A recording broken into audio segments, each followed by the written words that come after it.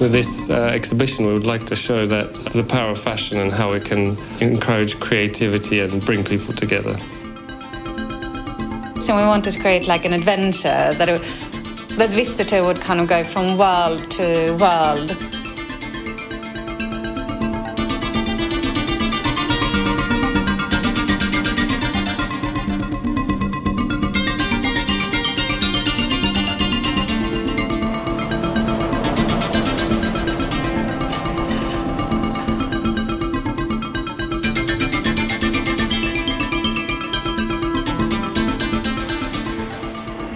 Altogether, we have been working on this about a year and a half, from the first conversations about it to now.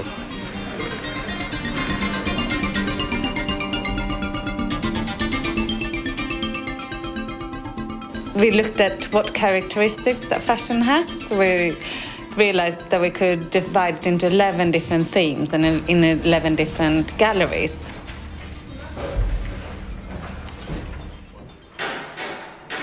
We want them to search for sustainability, but then it's also technology. We have a craft and form room and a craft and color room and a solidarity room, and also resistance and society, resistance and beauty, and memory, gender, change, and then the last theme is love.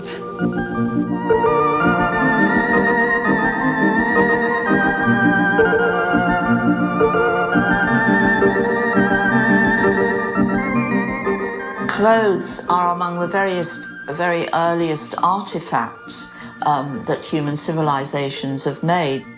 They have an aesthetic meaning beyond just covering up your body, protecting you from heat or cold.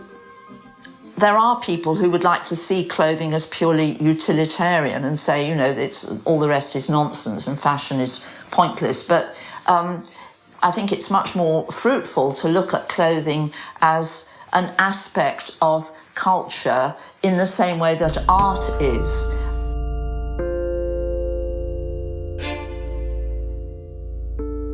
In this exhibition also the idea of sustainability is very important, and sustainability has become important in the fashion industry, which has so often been accused of being very wasteful and anti-environmental. So we started to think about the concept of utopia, because utopia is very much about hope and hope for the future. We wanted to look what is possible here now and what will be possible in the future. But we wanted to create, instead of presenting a whole total truth, we wanted the visitor to kind of walk through the galleries and search for their own utopia. Sweden has a history of dressing collectively, and in this room we invited a selection of Swedish designers to exhibit a white piece.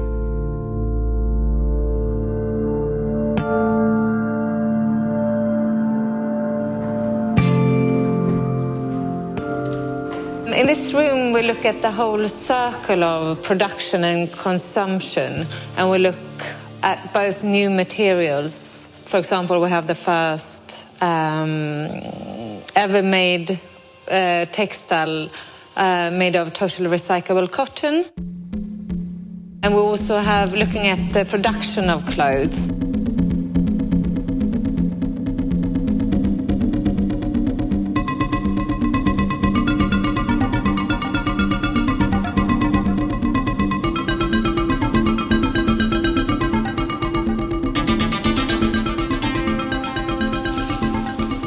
For example, here's one of our special commission pieces, and it's by Bea Seinfeld, who's Swedish, and she investigates the fur trade and what happens if you have 10 babies around your body instead of animal.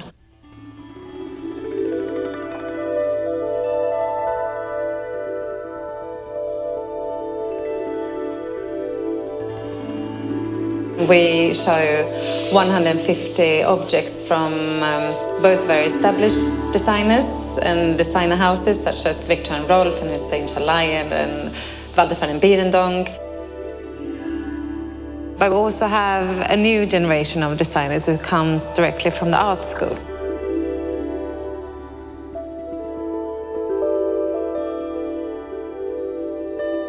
This is our technology room, and this suit over here, the BB suit, is by Bore, and they've done a collaboration with a few places around the world, but also with some companies in China, and they try to find a way to clean the air closest surrounding the body.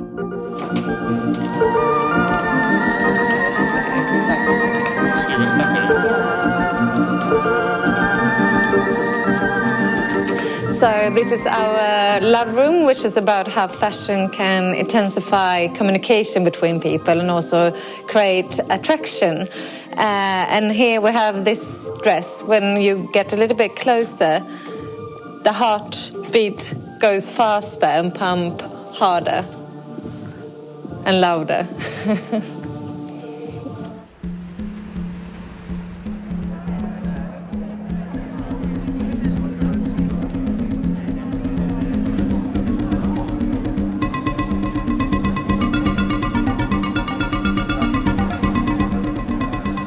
I hope that after seeing the exhibition, people will be inspired and have a sense of optimism.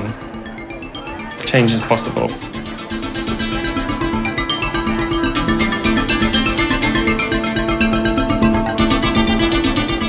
The utopian dimension of fashion is always about imagination and possibilities.